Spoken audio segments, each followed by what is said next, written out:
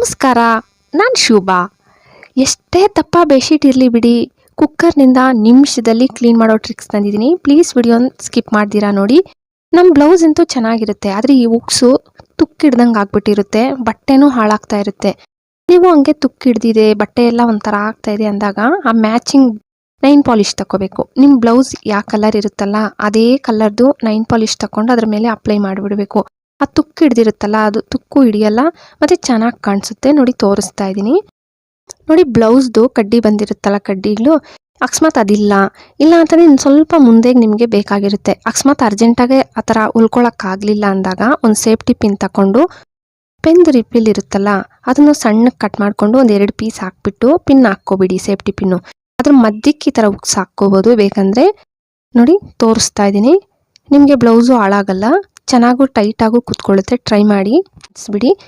ದಪ್ಪ ಇರೋ ಬೆಡ್ಶೀಟು ಮಕ್ಕಳಿರೋ ಮನೆಯಲ್ಲಿ ಸಾಮಾನ್ಯವಾಗಿ ತುಳಿದು ಗಲೀಜಾಗ್ಬಿಟ್ಟಿರುತ್ತೆ, ಪದೇ ಪದೇ ಒಗೆಯೋಕ್ಕಾಗಲ್ವಲ್ಲ. ಅವಾಗ ಏನು ಮಾಡಬೇಕಂದ್ರೆ ನೀವು ಪೌಡ್ರು, ಒಂದು ಸ್ವಲ್ಪ Pond's powder, baking soda 1 table spoon ತಗೊಂಡಿದ್ದೀನಿ. ಎರಡೂ ಒಂದ್ಸತಿ ಮಿಕ್ಸ್ ಮಾಡ್ಕೊಬಿಟ್ಟು ಸ್ಟ್ರೇನರ್ ಒಳಗೆ ಹಾಕ್ಕೊಬಿಟ್ಟು ನೋಡಿ ಬೆಡ್ಶೀಟ್ ಮೇಲೆ ಚಿಮ್ಕರಿಸ್ಬೇಕು. ಸ್ಟ್ರೇನರಲ್ಲೇ ಸೇಮ್ ನಾನು ವಿಡಿಯೋದಲ್ಲಿ ತೋರಿಸ್ತಾ ಇದ್ದೀನಲ್ಲ ಹಂಗೆ ಎಲ್ಲ ಕಡೆ ಒಂದು ಸ್ವಲ್ಪನೂ ಗ್ಯಾಪ್ ಬಿಡ್ದಿರಾ ನೀಟಾಗಿ ಚಿಮ್ಕರಿಸ್ಬಿಡಿ. ಒಂದು ಸ್ವಲ್ಪನೂ ಗ್ಯಾಪ್ ಇಲ್ಲ ನೋಡಿ, ತೋರಿಸ್ತಾ ಇದ್ದೀನಿ. ಎಲ್ಲ ಚಿಮ್ಕರಿಸ್ಬಿಟ್ಟು ಹಳೇದೊಂದು ಸಾಕ್ಸ್ ತಗೊಂಡಿದ್ದೀನಿ, ಇದನ್ನು ಕೈಗೆ ಹಾಕ್ಕೊಬಿಟ್ಟು ನೀಟಾಗಿ ಎಲ್ಲ ಒಂದು ಕಡೆಗೆ ತಗೊಂಬರ್ಬೇಕು. ಅಂದರೆ ಪೌಡ್ರ್ ಬರಲ್ಲ, ಬೆಡ್ಶೀಟ್ಗೆ ಮೆತ್ಕೊಬಿಟ್ಟಿರುತ್ತೆ. ಈ ಬೇಕಿಂಗ್ ಸೋಡಾ ಮಾತ್ರ ಬಂದುಬಿಡುತ್ತೆ. ಅದನ್ನು ಸೈಡ್ಗೆಲ್ಲ ತೆಗೆದುಬಿಡಿ. ಹಿಂಗೆ ಕ್ಲೀನ್ ಮಾಡ್ಕೊಳ್ಳೋದ್ರಿಂದ ಒಂದೊಳ್ಳೆ ಸ್ಮೆಲ್ ಕೂಡ ಇರುತ್ತೆ. ಮತ್ತು ಒಂದು ಬಟ್ಲು ಇಟ್ಕೊಂಡು ಒಂದು ಸ್ವಲ್ಪ ನೀರು ತಗೊಂಡಿದ್ದೀನಿ. ಒಂದು ಸ್ವಲ್ಪ ಶಾಂಪೂ, ಯಾವುದಾದ್ರೂ ಶಾಂಪೂ ಆಗಲಿ ಬಿಡಿ, ನಿಮ್ಮ ಮನೇಲಿ ಬಳಸ್ತಿರಲ್ಲ ಅದೇ ಶಾಂಪೂನೇ.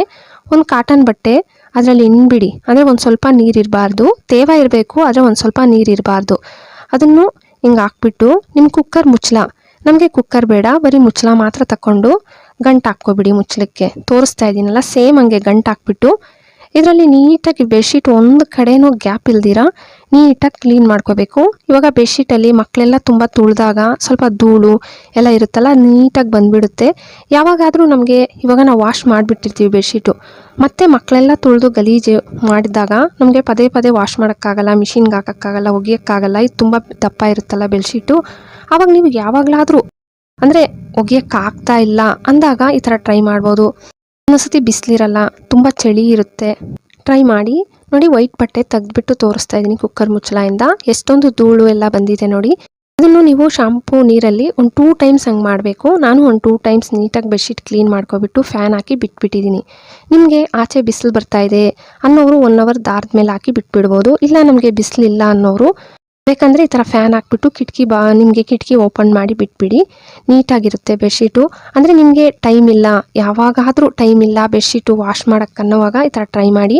ವಿಡಿಯೋ ಇಷ್ಟ ಆದರೆ ಅಂತೂ ಪ್ಲೀಸ್ ಲೈಕ್ ಕೊಡೋದು ಮರಿಬೇಡಿ. ಹಾಗೆ ಸಬ್ಸ್ಕ್ರೈಬ್ ಮಾಡ್ಕೊಳ್ಳಿ, ನಿಮ್ಮ ಫ್ಯಾಮಿಲಿ ಫ್ರೆಂಡ್ಸ್ಗೆ ಶೇರ್ ಮಾಡಿ. Thank you friends.